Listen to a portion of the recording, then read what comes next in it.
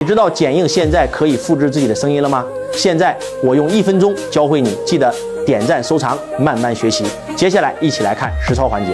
第一步，打开剪映，点击开始创作，从相册中选择一个你觉得表现好的视频，添加进来，在音轨这里关闭原声，接着在下面找到音频选项，向右滑找到克隆音色，点进去之后点击开始克隆，点击录制音频，这时候会出现一段文字，点击下面的开始录制，文字大声朗读出来，稍微等一会儿，声音就克隆好啦。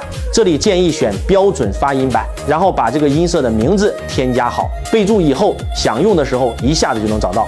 最后声音克隆好后，点生成朗读，把提前准备好的文案复制粘贴进去，点击应用，神奇的事儿就发生了。克隆的声音会帮你把文案读出来，跟你自己的声音没什么区别。以后想做口播短视频，再也不用一个字一个字去录音了，又快又方便。家人们，赶紧动手试试，学会了别忘了分享你的成果。如果觉得今天分享的视频讲解对您有收获的话，把周老师这条视频点上爱心和关注，保存收藏起来，回到家反复观看，多加练习几遍。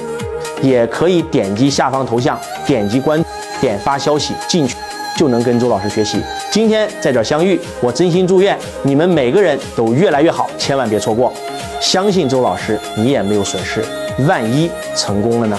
我是周文强老师，我爱你如同爱自己。